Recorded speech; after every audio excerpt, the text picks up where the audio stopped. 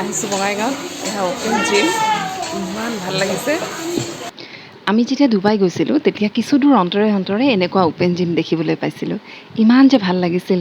তেতিয়া ভাবিছিলোঁ এইবিলাক জিম যদি আমাৰ তাতেও থাকিলহেঁতেন কিমান ভাল লাগিলেহেঁতেন।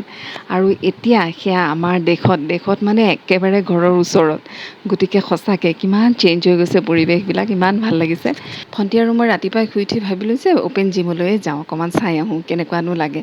গৈ দেখোঁ গোটেই জিমটো ভৰ্তি, বিভিন্ন বয়সৰ মানুহেৰে, ল'ৰা ছোৱালী বিভিন্ন বয়সৰ মানুহেৰে গোটেই জিমটো ভৰ্তি হৈ আছে। ইমান ভাল লাগিলে দেখি পেলাই। আমিও দুয়োজনীয়ে কিবাকিবি অকণমান চেষ্টা কৰিলোঁ। যিহেতু আমি অভ্যস্ত নহয়, গতিকে সেয়া আমাৰ চাল চলনত ফুটি উঠিলে। আমি ঘৰৰ পৰা ওলাই দেখোঁ যে আকাশখন অকণমান ক'লা কৰিছে। মায়ে ক'লে বৰষুণ দিয়ে নেকি। মই বোলো জাষ্ট অকণমান ক'লা হৈছেহে, এইখিনিতে আৰু বৰষুণ দিবনে। এনেই জানো যে বঙাইগাঁৱত বৰষুণ বেছি হয়, কিন্তু মানে এইখিনি মেঘতে যে এনেকৈ অকণমান পিছতে যে বৰষুণ আহি যায় সেইটো মই একদমেই ভবা নাছিলোঁ।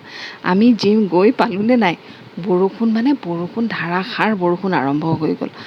এবাৰ অকণমান কমে আৰু এবাৰ অকণমান বহুত বেছি হৈ যায়, এই অৱস্থা। তো আমাৰতো বেছি সময় জিমত থকাৰ কথা নাই, অকণমান সময়ৰ কাৰণে গৈছোঁ। এতিয়া মানে যেন বৰষুণৰ কাৰণে আমি ঘৰেই আহিব নোৱাৰোঁ, এনেকুৱা এটা অৱস্থা।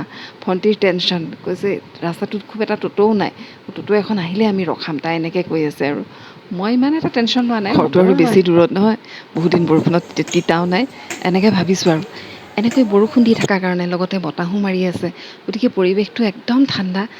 জিম কৰি আমি যিখিনি কৰিছোঁ আৰু জিম কৰি খুব ভাল লাগিছে, কাৰণ পৰিৱেশটো একেবাৰে ঠাণ্ডা। গতিকে আমি খুব এনজয়ো কৰি আছোঁ আচলতে। বৰষুণটো অহাৰ কাৰণে যে আমি একদম ব'ৰ হৈ বহি আছোঁ, ঠিক তেনেকুৱা নহয়। আমি সম্পূৰ্ণ এনজয় কৰি আছোঁ। খালি আমি যিহেতু একেবাৰে কম সময়ৰ কাৰণে আহিছোঁ, বৰষুণটো বা কেতিয়া ৰখে সেইটোৰ কাৰণেহে মানে ভণ্টিয়ে চিন্তা কৰিছে।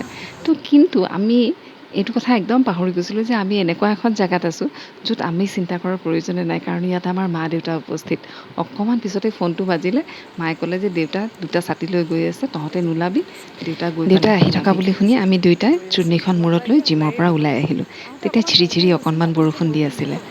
সঁচাকৈ মাক দেউতাক য'ত থাকে তাত সন্তানৰ চিন্তা কৰিবলগীয়া একোৱেই নাথাকে। তেতিয়াহ'লে আজিলৈ ইয়াতে এৰিছোঁ। নমস্কাৰ, জয় গুৰু।